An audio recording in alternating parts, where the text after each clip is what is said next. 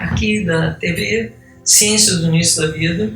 Estou eu aqui, Eleanor, para falar hoje sobre gestação. Imagine esse processo de uma concepção consciente, preparada, duas pessoas devidamente preparadas, informadas, que se trabalharam internamente bastante, que se tiveram traumas no primeiro, segundo, ou na concepção, ou no quarto, ou no quinto mês de gestação, já limparam isso. Isso não vai voltar a acontecer. Essa gestação, ela vai ser de profundo estado de experiência para ambos. E a criança, ela fala por sonho quando tem um problema, que na verdade nunca é dela. Ela vai demonstrar um problema que está na mãe ou no pai. E como é que isso vai aparecer em sonho? Por quê? É importante sim entender que aqui no Brasil se usa o ultrassom de uma maneira abusiva, como há muitos anos não se usa em outros países. E há um trabalho muito importante, que é uma tese de doutorado de uma médica que fez uma tese de doutorado de antropologia fetal, a Shazam. É fundamental de se conhecer, acabou sendo editado um livro pequenininho, mas ouro, incrível. A verdade sobre ultrassom nós precisamos conhecer. Primeiro, o ultrassom foi uma adaptação do radar de navio para detectar submarino. Depois ele foi usado para cortar aço. Viram? Aço. Depois ele foi usado para destruição de tumores muito duros. E o quarto uso foi acompanhar o desenvolvimento fetal. Na minha tese, e que já tinha uma pessoa que tinha feito muitos trabalhos sobre isso, que é a Sarah Buckley, uma médica australiana cujo pai era obstetra e a cunhada era parteira. E ela resolveu estudar profundamente tudo, fazer revisões e revisões bibliográficas e encontrou inclusive a declaração de que o ultrassom era o mais irresponsável experimento que se havia feito com qualquer consumidor. E aí, vamos estudar um pouquinho mais isso. Na tese vocês têm vários artigos. Depois disso, muito mais aconteceu. A quantidade de lesões cerebrais, a quantidade de natimortos, a quantidade de abortos seguidos de várias exposições ao ultrassom. Além de, foi feito um estudo em Viena, colocando várias clínicas de ultrassom, e não existe uma única regulagem de ultrassom igual a outra em toda a Viena. Como é que funciona o ultrassom? Eu mando um pulso que tem uma radiação, e esse pulso encontra um obstáculo, que é uma fração do corpo do feto. E esse mesmo pulso, ele volta e marca um ponto na tela.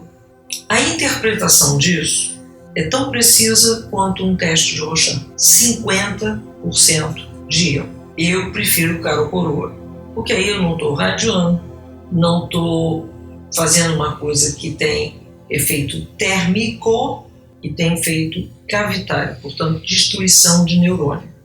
E isso foi comprovado com estudos na Austrália e depois na Noruega, Suécia, mostrando que quanto mais exposição ao ultrassom, mais lesão neuronal acontecia nos bebês. Dificuldade de fala, e a quantidade de canhotos era superior à média normal, que é 40% da população.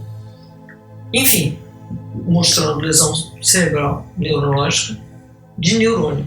E O resultado do ultrassom é meio como densitometria óssea. Você pega 5 ortopedistas e uma densitometria óssea, cada um vai dar, tem osteopenia, tem osteoporose, tem isso, tem aquilo.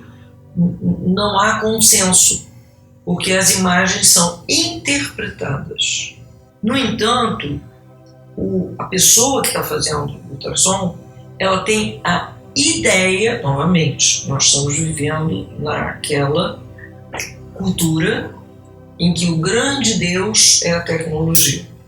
Então, se a tecnologia está falando, está totalmente certo. Quem já não teve experiência de computador fazer coisa esquisita? Juro que não sou só eu. Essa colocação nas mãos da tecnologia e o que na tese da Shazam aparece, que era a queixa dos médicos que estavam fazendo ultrassom, do fato dos médicos que tinham encaminhado os pacientes para eles delegarem a eles uma possibilidade de precisão que eles não tinham. Enfim, o fato é que, como é que eu faço? A Elizabeth Hallett, no livro dela, ela fala de contato telepático ou através de sonho com seu filho. Você vai exercer e você vai praticar telepatia desde que o seu bebê está no seu útero. Aí, não só se a criança diz eu estou com tal ou qual dificuldade, você vai fazer, se você não fez, decodificação do DNA, vai conversar, dizer qual é a verdade daquilo e as coisas vão se mudar. No livro da Elizabeth Hallett, a criança tinha espina bífida. E a criança em sonho disse para a mãe, nunca mais faça esse exame. E eu vejo muitas crianças pedirem para a mãe tirar do ímã de geladeira a foto do ultrassom, porque elas sentiam queimadura. Com tudo isso, a própria sociedade de ultrassom nos Estados Unidos pediu para diminuir drasticamente o uso. E em torno de 70% dos indivíduos com síndrome de Down na França escaparam ao exame de ultrassom. E 50% dos abortos lá eram devidos a problemas de má formação da criança, inclusive síndrome de Down. Deixa que a natureza, antes de nós criarmos a adaptação de um artefato que foi feito para guerra, para defesa e para palmear, detectar aço, deixa que a natureza tenha a sua maneira mais precisa. Essa mulher, que a Elizabeth Hallett fala, ela resolveu não fazer mesmo ultrassom e a criança tinha dito no sonho, eu vou nascer normal, e nasceu. Mas o que houve além de ganho? As duas conseguiam manter um nível de telepatia que a mãe muitas vezes tinha que trabalhar indo para outro estado e a criança nunca adoecia, nunca apresentava nada, porque as duas se comunicavam telepaticamente, não interessava onde a mãe estava. Fundamental, não só não queimar criança e nem lesar neurônio, e nem ter uma coisa imprecisa, porque foi isso que a própria Sociedade Americana de Ultrassom chegou à conclusão. Gera dúvida, que gera outra bateria de exames, que continua gerando dúvida, que gera outra bateria de exames. Aí alguém toma uma decisão, mas bota a mão no fogo por essa decisão? Não. Mas ela exerce. E eu tenho visto já crianças sendo abortadas normais, já há muitos anos. Disso, o importante é entender essa tecnologia tão recente, tão pouco testada, porque ela saiu do tumor duro para a observação do feto que está em desenvolvimento. E começa. Nos 3 primeiros meses de gestação, a criança desenvolve senso de dor. E o Anand, em 1987, portanto não foi ontem, provou que as crianças e os fetos têm dor em torno de 300 vezes mais do que um adulto. Pare e pensa antes de fazer práticas dolorosas. Por exemplo, a amniocentese. A amniocentese, muitas crianças ou elas ficam encolhidinhas ou elas partem para dar soco. Porque, como a Alessandra Piontelli percebeu, as crianças já demonstram um tipo de personalidade desde o tempo do útero. E aí, se essa criança parte para cima de confrontar a agulha, ela pode ter uma lesão de plexo braquial para o resto da vida. E um braço atrofiado. Por quê? Essa é a grande pergunta. Por que eu vou fazer um exame que tira a mãe do centro com o bebê? 2, que gera dúvida, porque nenhum exame tem 100% de certeza. E se não tem 100% de certeza, não tem o direito de colocar essa mulher que estava na paz, que estava muito bem sentada e telepaticamente lidando com seu filho. Não tem o direito de colocar essa mulher agora focada em doença. E nesse momento a criança tem a sensação de que a mãe não confia nela, e isso vai para o resto da vida, que a mãe, de certa maneira, não sabe que ela é boa, então ela toma a visão de si própria como um ser incapaz, doente, frágil, que não está bem. Por quê? É preciso, quando eu estou falando de gestação consciente, tenha consciência de cada ato que você faz, o ganho e a perda, para você e para o bebê. Esse ganho e essa perda sempre tem que ser avaliado. Daí que não dá para você não saber nada sobre o ultrassom e porque o médico está pedindo você fazer. E sair de lá acreditando que aquilo ali é a pura verdade.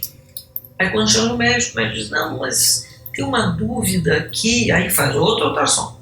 A documentação sueca, australiana, americana, europeia em geral, não é pouca a respeito de ultrassom.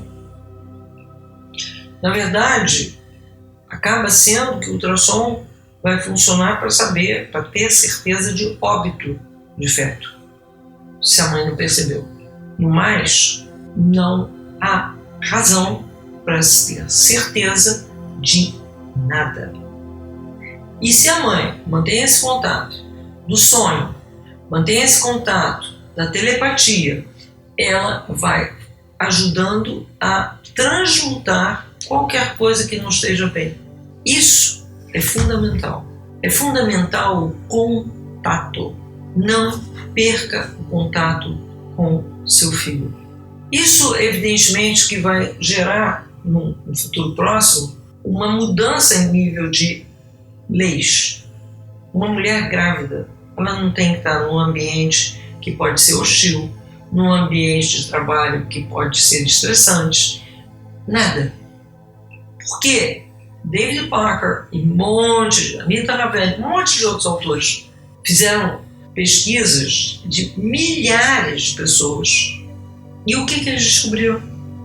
Que todas as doenças são plantadas durante a gestação. Portanto, se nós queremos ter uma sociedade rígida, então essa mulher que está grávida tenha um centro gestacional onde tem um lugar para a preparação dos casais, aonde tenha um lugar exatamente para a mulher grávida estar com jardins, comida orgânica, enfim, cuidado, convivência com outras grávidas, que na verdade, tanto durante a gravidez como durante a época do aleitamento, os 3 primeiros anos de vida, as mulheres, o foco de conversa delas é criança.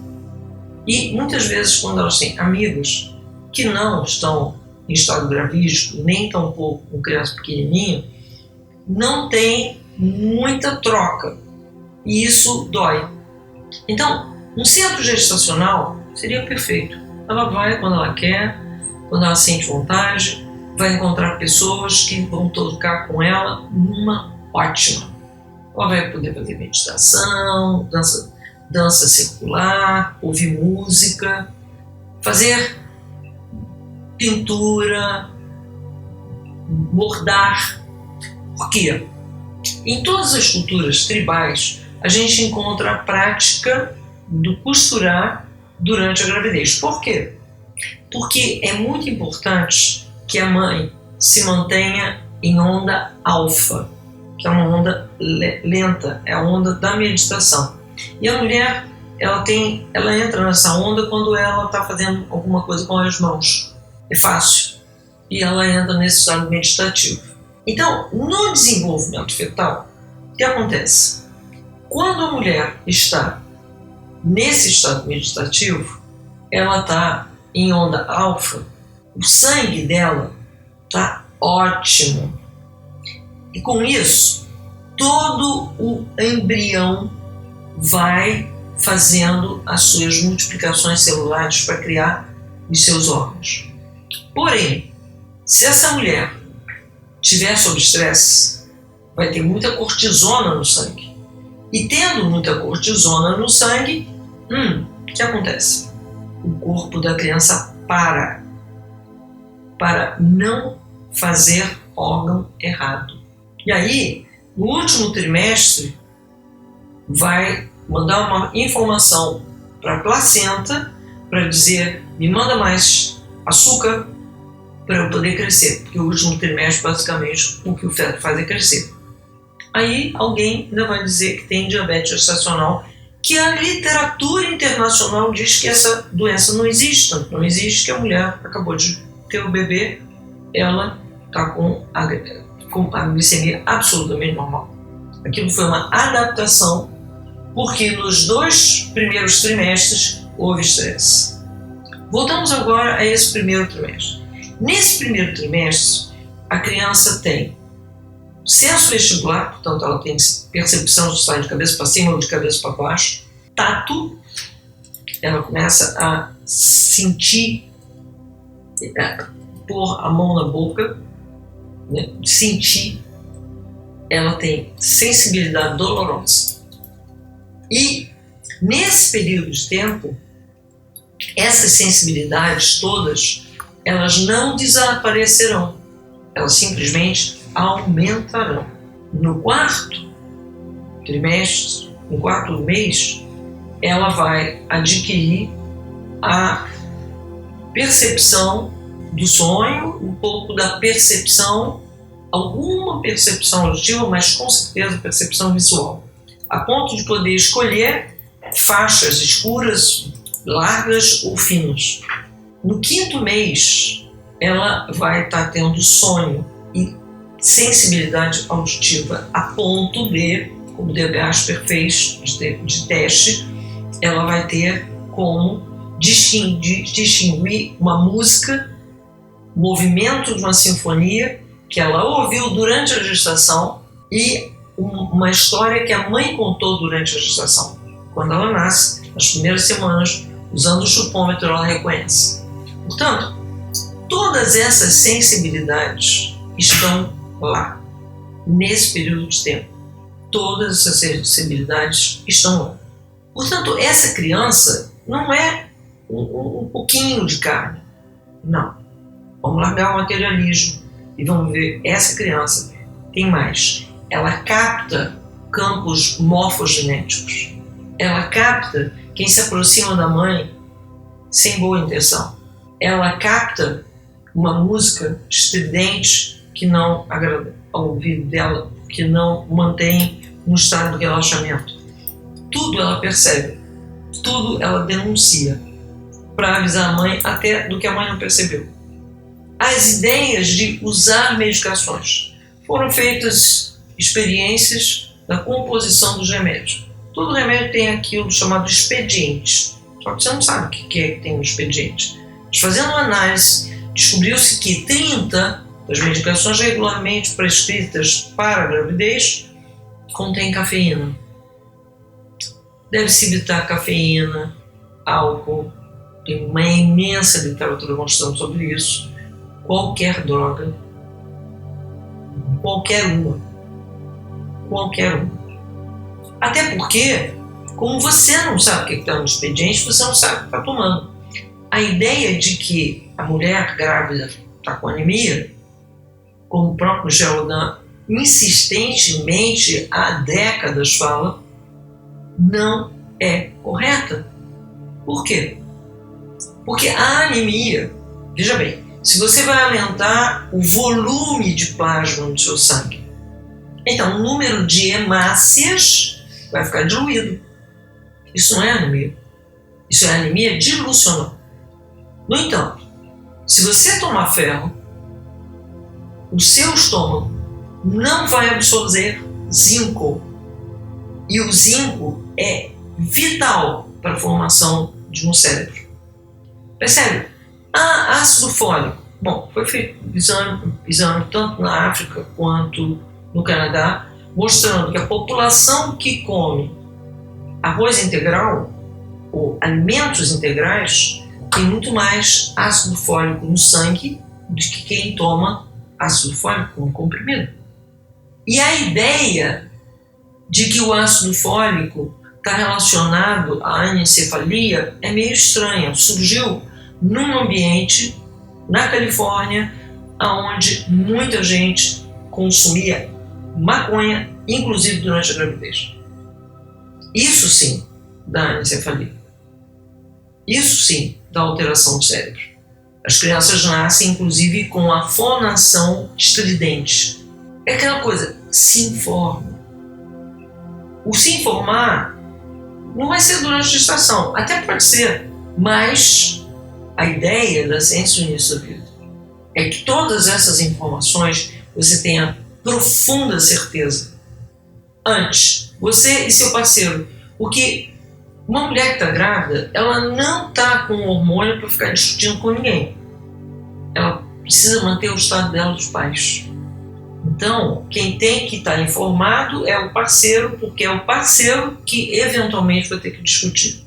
Aconteceu no Brasil desde 1957, quando se fechou o último serviço de parto público, com 0 de óbito de mãe e 0 de óbito de criança, com uma taxa de transferência de 3,19, que é a mesma no mundo inteiro. Ou seja, 3,19% das mulheres podem vir a ter alguma dificuldade que vão precisar de um profissional, não de cesárea, mas de um profissional que saiba ter um cuidado especial para que esse parto seja normal. Por exemplo, coisas como parto pélvico não é indicação nem para a OMS. Não é para ser assim. Parteiras, como diz a OMS, são mais qualificadas para fazer parto. E de preferência em casa. É importante, e é muito importante, para o casal ter segurança que o homem esteja plenamente informado. Porque é ele quem vai, de alguma maneira, proteger a mulher das opiniões da família, das opiniões dos amigos, das pretensas opiniões de pessoas informadas. Informadas de quê? Essa tese, que está lá na ciência do início da vida.org, tem mais de 2.000 referências bibliográficas. E depois daquilo, muito mais se escreveu. Mas isso não vai para a mídia. Isso não é dito. As pessoas precisam ser informadas nas escolas. Afinal de contas, se é uma coisa que vai acontecer com a maior parte da população, é que vão ter filho. E nenhuma aula sobre isso. Isso que eu estou falando aqui, você não ouviu na escola. Você ouviu que siga o Deus da tecnologia. Os médicos, na década de 70, se usava semiologia, o estudo de sinais e sintomas de alguma coisa. E aí, o que se treinava era o ouvido, os olhos, a ponta dos dedos. Nós temos receptores de visão na ponta dos dedos. E se eu fechar o olho, dá para sentir. Tudo isso deixou de existir. Porque as máquinas tomaram conta do desenvolvimento de percepção. Isso para não falar da medicina antroposófica, que Steiner deixou claro muitas vezes que era obrigação de um médico ter o seu terceiro olho desenvolvido. E eu me lembro de existirem obstetras, há décadas atrás, no Rio de Janeiro, que quando uma mulher entrava no consultório dele, ele já dizia: você está grávida. Hoje não. Hoje é o oráculo dos exames. Todo dia surgem enzimas novas. A gênese ninguém conhece, mas todo mundo é adestrado, porque isso não é educação. A educação mantém o livre-arbítrio das pessoas. Aquilo que eu coloco para alguém e não dou a essa pessoa nem o direito de contestar, não é educação, não respeita o livre-arbítrio. Aí, mais esse exame, mais aquele exame, mais aquele exame, até o paciente tem dificuldade de dizer o nome do exame. Um nome tão novo, tão não conhecido, mas aí daí a algum tempo a mídia ajuda a que todo esse conhecimento seja alardeado e as pessoas se colocam como informadas quando elas começam a conhecer que existe tal exame, tal exame, tal exame. Mas a informação de que é que existe de precisão, e eu digo o seguinte, a pergunta é: esse exame tem 100% de precisão? Porque se não tiver, vai me deixar insegura e meu filho vai sentir que eu fui tomada pelo medo. Eu deixei de estar trocando com ele amor. Eu passei a estar focada nas doenças como diabetes gestacional, que foi mandado para o lixo há muito tempo na Inglaterra. Documentos e mais documentos e mais documentos, é Le Boyer, é Michel Rodin, Sarah Buckley, enfim, Sheila Kitzinger, Janete Palascas, muita gente que escreveu muitos livros. A Thérèse Bertherat, que escreveu Quando o Corpo Consente, um livro que eu considero importantíssimo que as mulheres grávidas leem. E aí é que está. Qual o meu contato com o bebê? Quando essa criança nasce e que a mãe ficou zanzando para ultrassom, para clínica disso, clínica daquilo, ouvindo nas salas de espera histórias terríveis, porque isso é uma prática comum. As pessoas, lógico, têm lá suas crianças feridas ou suas histórias dramáticas. Quando uma mulher grávida se aproxima, quase sempre tem uma história terrível para contar. Alguém do lado. E muitas mulheres choram porque eu não aguento mais ouvir essas histórias. Mais uma razão por que se criar centro gestacional. Mais uma razão para que, para mim, seria amanhã, que se criasse uma licença maternidade ao momento que uma mulher está grávida. No entanto, você vai buscar a licença maternidade, mas você não vai contar para ninguém, da sua família nem amigo, até 3 meses de gestação, que é praticamente quando o corpo do bebê está formado. Você não vai dizer para ninguém que você está grávida. Porque se alguém diz uma coisa terrível, fica. Eu já vi pessoas ricas que ficavam o tempo todo dentro de empresas pródigas, o tempo todo paranoicos, porque iam falir. Porque a mãe, quando resolveu contar para o pai dela, ou para um tio, ou para a própria mãe, que estava grávida, esse parente disse: isso vai determinar a tua falência.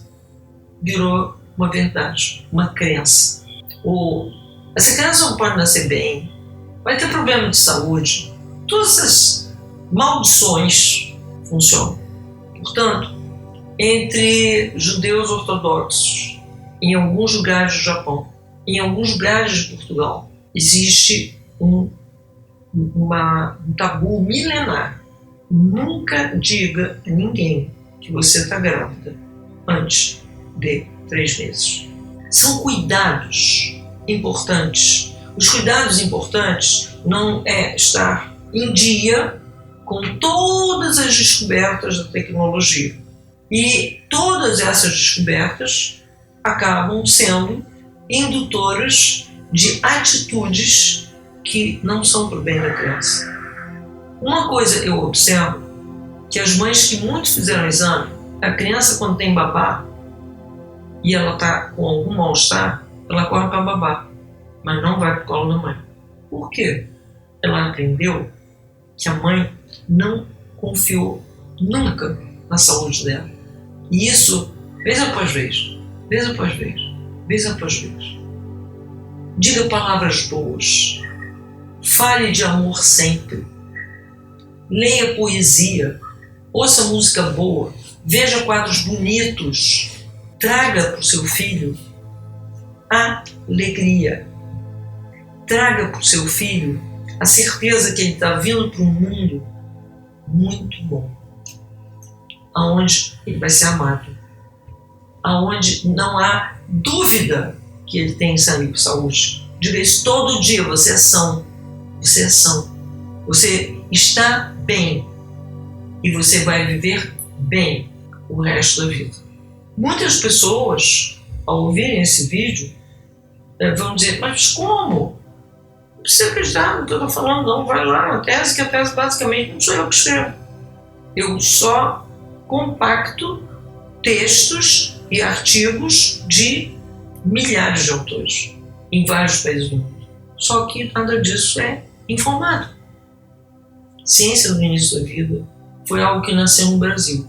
E uma das coisas que a gente, de começo, vai fazer é diminuir a incidência de concepção indesejada. Com isso, a gente vai aumentar a autoestima. Com isso, as pessoas vão acreditar em si e não no papel. Acredite em você. E ensine. Porque o Thomas Verney fala, desde a década de 70, a primeira escola da vida é o útero da mãe. É onde a criança aprende pro resto da vida valores. Então, ensine para o seu filho a acreditar na saúde dele. E vamos adiante. Até a próxima.